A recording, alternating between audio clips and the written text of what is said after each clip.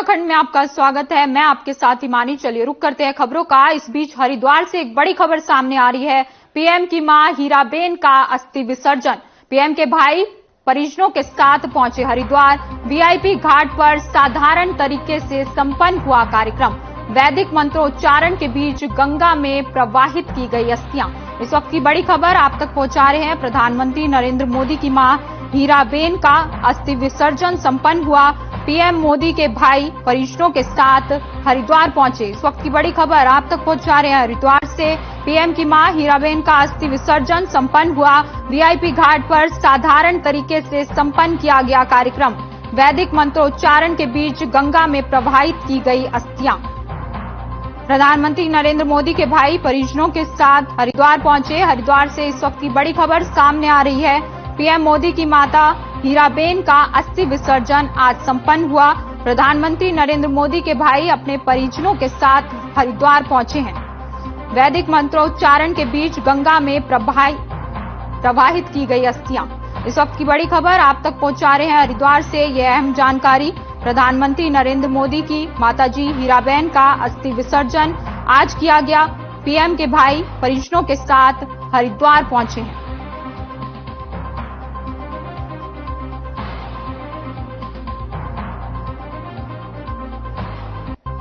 VIP घाट पर साधारण तरीके से संपन्न हुआ कार्यक्रम। प्रधानमंत्री नरेंद्र मोदी के भाई अपने परिजनों के साथ हरिद्वार पहुंचे आज। इस वक्त की बड़ी खबर आप तक पहुंचा रहे हैं। प्रधानमंत्री की मां हीराबेन का अस्थि विसर्जन आज संपन्न हुआ। ये तस्वीरें भी आपको दिखा रहे हैं। वैदिक मंत्रोच्चारण के बीच गंगा में अस्थियां प्रवाहित की गई हैं। पीएम के भाई परिजनों के साथ आज हरिद्वार पहुंचे। प्रधानमंत्री नरेंद्र मोदी की मां हीराबेन का अस्थि विसर्जन आज संपन्न हुआ है। ये तस्वीरें भी हरिद्वार से आपको दिखा रहे हैं।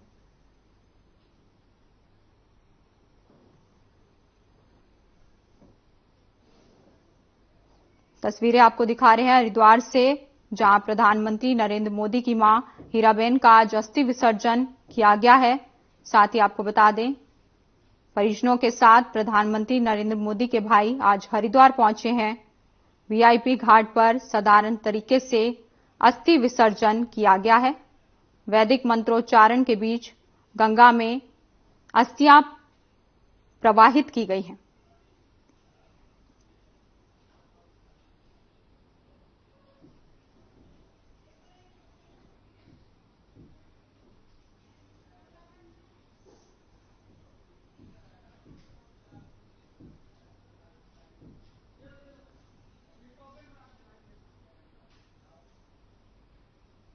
चलिए अब आपको सीधा ले चलते हैं हरिद्वार, जहां प्रधानमंत्री नरेंद्र मोदी की माताजी हीराबेन का आज अस्थि विसर्जन हुआ है।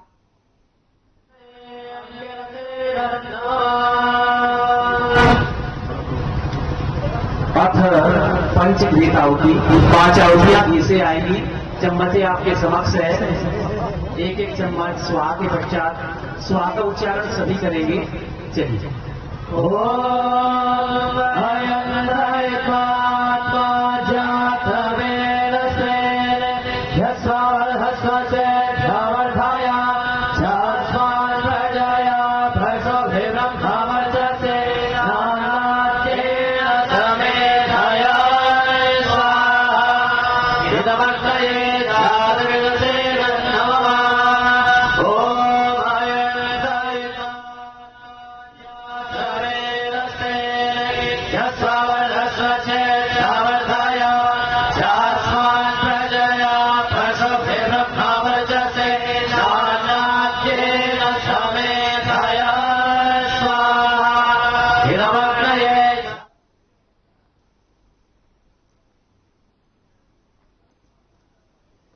तस्वीरें आपको हरिद्वार से दिखा रहे हैं, जहां प्रधानमंत्री नरेंद्र मोदी की माताजी हीराबेन का आज अस्थि विसर्जन किया गया। आपको बता दें कि प्रधानमंत्री नरेंद्र मोदी के भाई अपने परिजनों के साथ आज हरिद्वार पहुंचे और मंत्रोच्चारण के बीच आदरणीय श्री पुष्कर सिंह धामी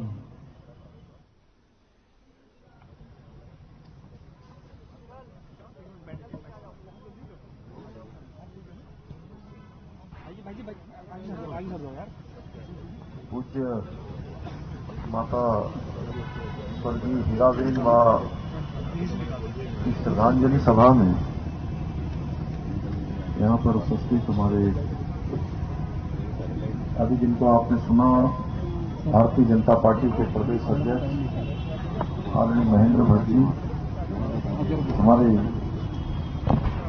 कैबिनेट मंत्री आदरणीय नवीन चंद्र अग्रवाल जी, देहरादून शहर के मेयर भाई सुनील उनियाल रामा जी, इस क्षेत्र के लोकप्रिय विधायक आदरणीय खजान दास जी, हमारे महानगर के अध्यक्ष श्री सिद्धार्थ अग्रवाल, हमारे वरिष्ठ नेता आदरणीय डॉक्टर देवेंद्र भसीन जी, विशाल जी, हमारे रतन भाई और सभी हमारे उपस्थित पदाधिकारीगण, आर्य प्रतिनिधि सभा के प्रधान, जिनके संपूर्ण संयोजक में ये आज यज्ञ हवन शांति सभा पाठ यहाँ पर आयोजित हुआ है। श्री दयानंद तिवारी जी, उप प्रधान श्री ज्ञानचंद गुप्ता जी, आर्य समाज धामावाला प्रधान सुधीर गुलाटी जी, नवीन भट्ट जी, अशोक नारंग जी, नारायण दत्त पंचाल जी, स्नेहलता भट्ट जी, शैल ढींगरा जी और मंच पर जिन्होंने हम सबको आज यहाँ पर अपनी श्रद्धांजलि समर्पित की, यहाँ पर रखी, आचार्य धनंजय आर्य जी, गुरुकुल पौधा आचार्य अनूप शास्त्री जी, आचार्य सुश्री अन्नपूर्णा जी, मानव के कल्याण केंद्र कन्या गुरुकुल बाल बनिका के सभी बालक बालिकाएं, हमारे भाई बहन, देहरादून जिले के समस्त आर्य समाज के सभी सम्मानित सदस्यगण, सभी आए हुए हमारे बुजुर्गवार, इस श्रद्धांजलि सभा में सभी भाग लेने वाले हमारे सभी सम्मानित जन, मैं सबसे पहले तो आदरणीय प्रधानमंत्री नरेंद्र मोदी जी की स्वर्गीय माता जी को अपनी तथा देवभूमि की समस्त जनता की ओर से भावपूर्ण श्रद्धांजलि अर्पित करता हूं। भाइयों बहनों, हम सब लोग इस बात से भली भांति परिचित हैं कि मां के संसार से चले जाने से पुत्र को जो दुख होता है, वो दुख शायद सामान्य नहीं होता है। संसार में कोई दूसरा दुख होता हो, क्योंकि मां के आशीर्वाद का हाथ, मां के आशीर्वाद का साया आसमान सरीखा होता है। उस हाथ का सर से उठ जाना, मां का साया चला जाना। वहीं मुख्यमंत्री पुष्कर सिंह धामी ने शनिवार को जोशीमठ भूधसाव क्षेत्र का स्थलीय निरीक्षण किया और पीड़ितों से मुलाकात के बाद वापस देहरादून पहुंचने पर सचिवालय स्थित आपदा प्रबंधन केंद्र में शासन के उच्च अधिकारियों के साथ समीक्षा की। आपको बता दें कि मुख्यमंत्री ने अधिकारियों को निर्देश दिए कि जोशीमठ भूधसाव से पीड़ित लोगों की मदद और राहत के लिए स्थानीय स्तर पर समन्वय समिति का गठन तत्काल किया जाए। यह समिति क्षेत्र में किए जा रहे सभी कार्यों का निरंतर अनुश्रवण करेगी और ताकि पीड़ितों की हर संभव मदद और क्षेत्र के विकास कार्यों में तेजी लाई जा सके। साथ ही मुख्यमंत्री ने पीड़ितों की मदद के लिए आपदा मानकों से हटकर भी मदद करने जाने और CSR के तहत भी राहत की व्यवस्था के निर्देश दिए। साथ ही आपको बता दें, उन्होंने आपदा प्रबंधन के अंतर्गत कार्यों की स्वीकृति आदि के लिए उच्च अधिकारी समेत समिति के गठन की भी बात कही।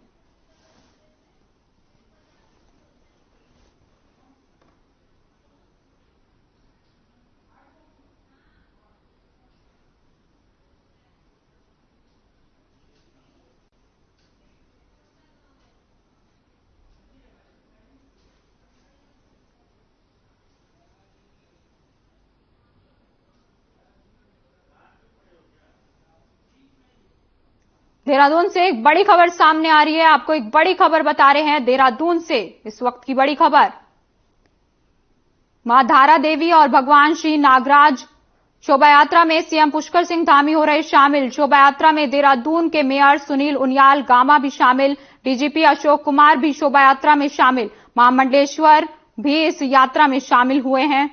भगवान श्री नागराज देवी की डोली शोभा यात्रा में सीएम पुष्कर सिंह धामी हो रहे शामिल। शोभा यात्रा में देहरादून के मेयर सुनील उनियाल भी शामिल, डीजीपी अशोक कुमार भी शोभा यात्रा में शामिल।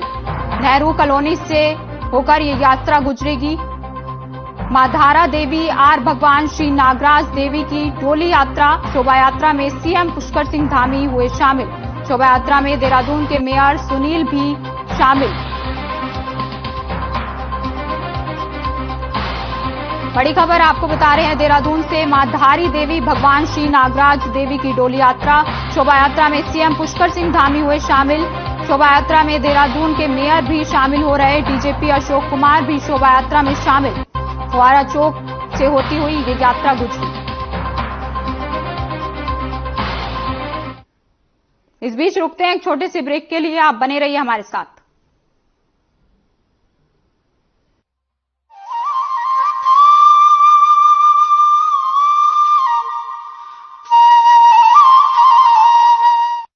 संकल्प नए उत्तराखंड का। शिक्षा के प्रकाश से उत्तराखंड में विकास के पथ को सुगम बना रही है धामी सरकार। प्रदेश सरकार अपने नागरिकों को अधिक से अधिक शिक्षित करने के लिए अच्छी से अच्छी शिक्षा की व्यवस्था करने को प्रतिबद्ध है। हमारे राज्य का हर बच्चा शिक्षित हो, इसके लिए राज्य सरकार पूरी दृढ़ता के साथ शिक्षा के क्षेत्र में शानदार कार्य कर रही है। उत्तराखंड मुख्यमंत्री बाल श्रेय योजना किसी भी प्रकार की आपदा, महामारी एवं दुर्घटना के कारण अनाथ हुए बच्चों को पहली कक्षा से लेकर 12वीं कक्षा तक की पढ़ाई कराएगी राज्य सरकार। यही नहीं, बच्चों को किताबें, वर्दी, जूते, मोजे, लिखने पढ़ने की सभी सामग्री भी निशुल्क देने की है व्यवस्था। उत्तराखंड फ्री टैबलेट योजना। निशुल्क टैबलेट वितरित योजना के तहत प्रदेश में लगभग 2,65,000 विद्यार्थियों को पढ़ने के लिए राज्य सरकार ने टैबलेट की दी सौगात, ताकि आर्थिक तंगी से परेशान छात्रों को पढ़ाई में न हो कोई परेशानी। उत्तराखंड उदयमान छात्र योजना। छात्रों को उच्च शिक्षा प्राप्त करने के लिए प्रोत्साहित करते हुए केंद्र लोक सेवा आयोग और उत्तराखंड लोक सेवा आयोग की प्रारंभिक परीक्षा पास करने वाले 100 छात्रों को इस योजना का लाभ देते हुए सरकार 50,000 का अनुदान दे रही है, ताकि प्रतियोगी मुख्य परीक्षा की तैयारी कर सकें। आज प्रदेश में शिक्षा व्यवस्था में बुनियादी सुधार के लिए कई महत्वपूर्ण कदम उठाए जा रहे हैं, जिसका परिणाम है कि छात्र बन रहे सशक्त और हो रहे आत्मनिर्भर, क्योंकि उत्तराखंड में बेहतर शिक्षा व्यवस्था के लिए समर्पित है धामी सरकार। जो आने वाले 25 साल आजादी का अमृत काल, जो हमारी बहनें बैठी हैं, हमारी बेटियां बैठी हैं, हमारे बेटे बैठे हैं, अगले 25 साल इन्हीं के नाम होने वाले हैं। नया भारत बनाने का, एक समृद्ध भारत बनाने का, एक शक्तिशाली भारत बनाने का और दुनिया का नेतृत्व करने वाला भारत बनाने की जिम्मेदारी अमृत काल का हमारे इन नौनिहालों पर है। आओ पढ़ें और पढ़ाएं, उत्तराखंड को खुशहाल बनाएं।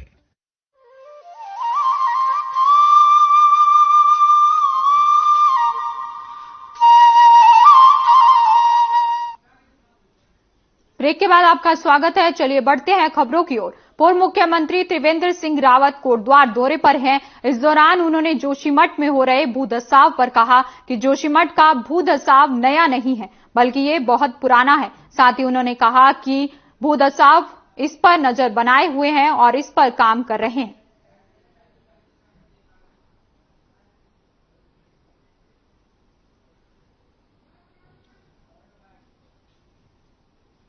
देखिए, सरकार पूरी तरह गंभीर है, एक बात तो समझ लेना चाहिए, क्योंकि जो जोशीमठ में जो कुछ हो रहा है वो विशेषज्ञों का विषय है, हमारे जो भूगर्भवेत्ता हैं उनका विषय है, क्योंकि एक बहुत बड़ा स्लाइड है ये, और ये स्लाइड आज का नहीं है, ये बहुत पुराना है। हिमालय जो है दुनिया के जो पहाड़ी श्रृंखला है उसमें सबसे नया पहाड़ है, इसलिए फ्रजाइल है, दलदला है, और वही कारण है कि जोशीमठ स्लाइड कर रहा है। अब विशेषज्ञ उस पर राय देंगे, उसके अनुसार सरकार को काम करना चाहिए।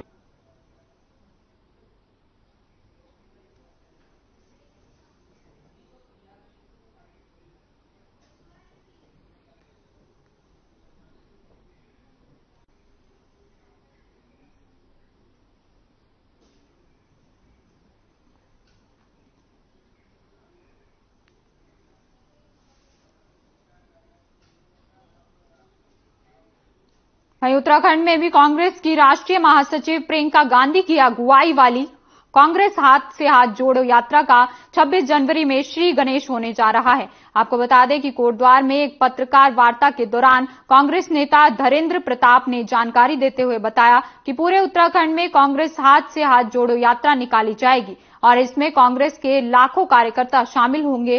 साथ ही उन्होंने जानकारी देते हुए बताया कि देहरादून में एक विशाल रैली आयोजित की जाएगी जिसमें राहुल गांधी, प्रियंका गांधी और सोनिया गांधी के साथ ही कांग्रेस के राष्ट्रीय अध्यक्ष भी शिरकत करेंगे।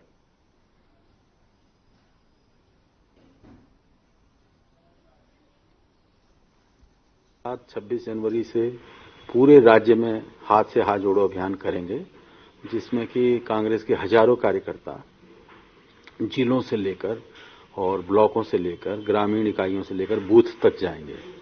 इसके बाद प्रदेश स्तर पर रैली होगी जिसमें कांग्रेस अध्यक्ष खाड़गे साहब आएंगे, सोनिया जी आएंगे अगर स्वस्थ रही तो, और बाकी राहुल जी और प्रियंका जी तो आएंगे।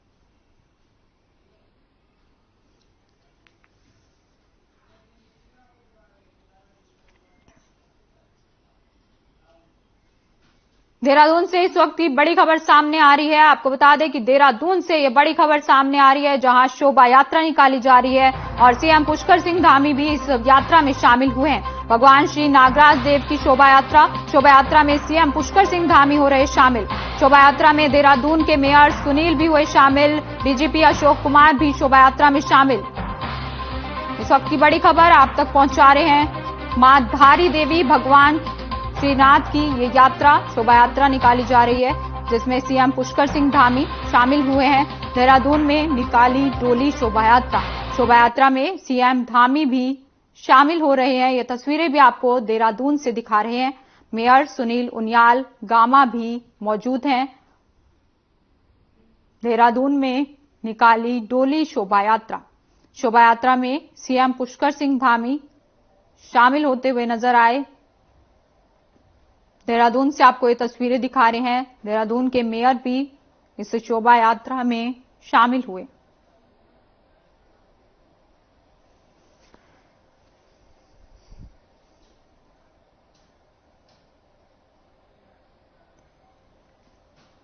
वहीं विकासनगर में प्रतिष्ठा सेवा समिति ट्रस्ट ने सनातन सम्मेलन का आयोजन किया जिसमें श्री पंच दशनाम जूना अखाड़े के महामंडेश्वर और हिंदू रक्षा सेवा के राष्ट्रीय अध्यक्ष स्वामी प्रबोधानंद गिरी ने बतौर मुख्य वक्ता कार्यक्रम में शिरकत की। वहीं आपको बता दें कि इस कार्यक्रम के दौरान क्षेत्रीय विधायक मुन्ना सिंह चौहान सहित सनातन धर्म से जुड़े वक्ताओं ने सनातन धर्म की रक्षा के लिए अपने अपने विचार रखे। इस दौरान स्वामी प्रबोधानंद गिरी ने सरकार से मांग की कि देश की जल्द हिंदू राष्ट्र घोषित कर घुसपैठियों को अपना रास्ता दिखा देना चाहिए।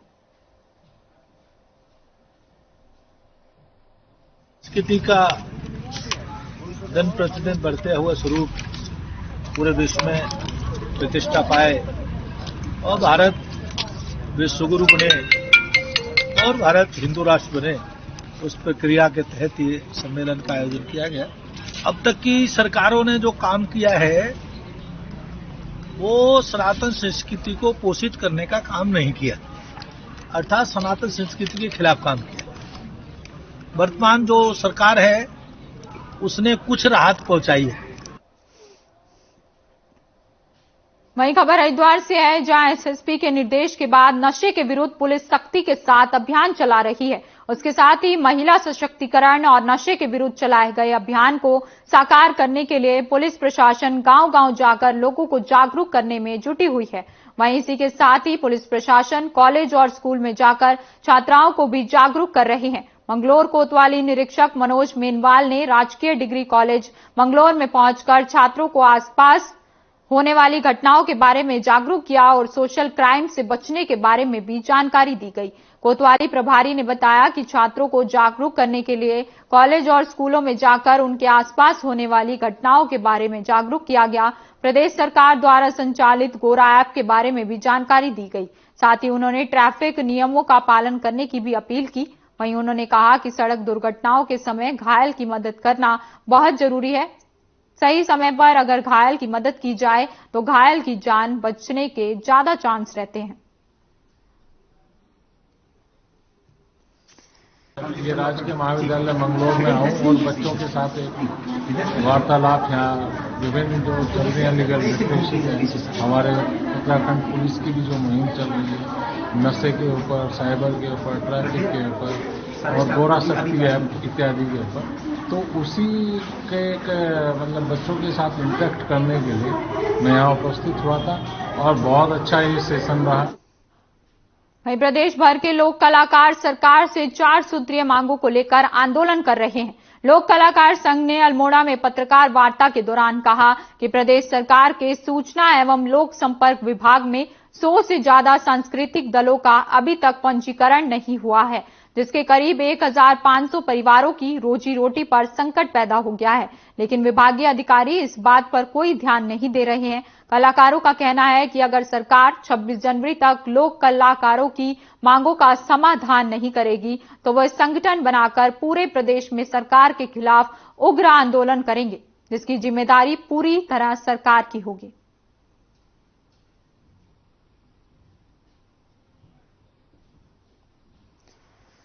हम माननीय मुख्यमंत्री जी को कई बार मौखिक तौर पे, लिखित तौर पे और महानिदेशक को लिखित तौर पर दे चुके हैं, मगर उस पर उनके अभी नींद नहीं खुली है।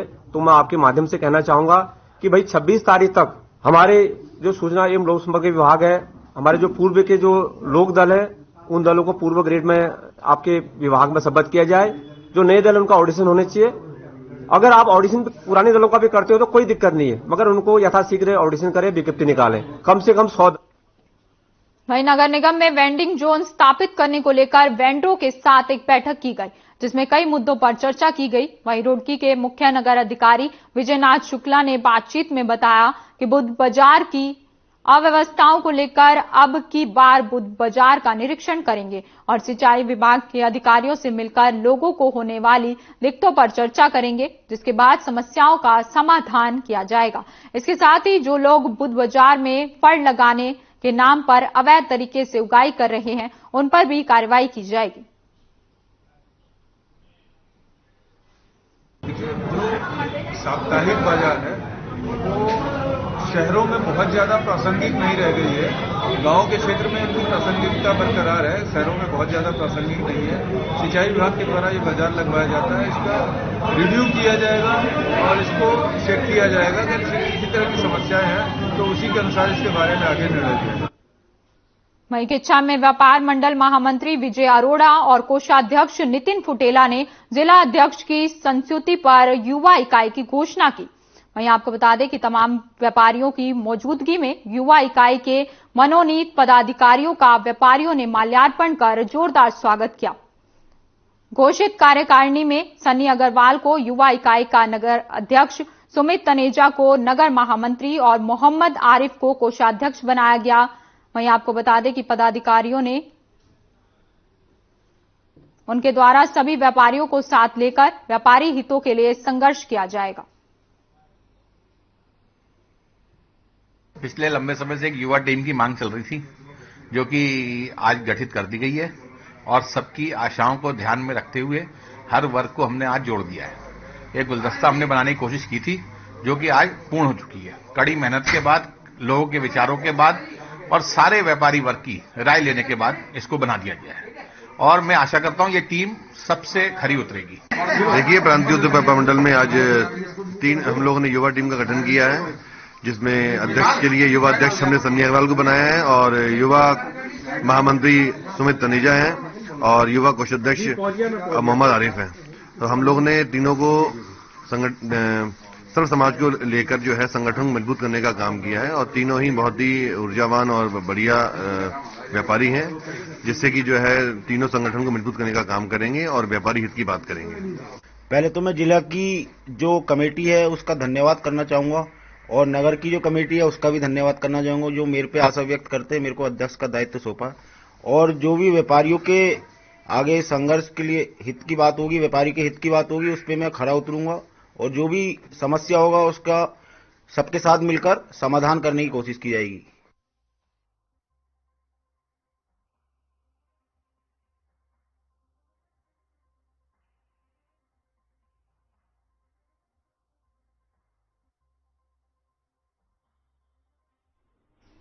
फिलहाल इस बुलेटिन में इतना ही। आप बने रहिए हमारे साथ। नमस्कार।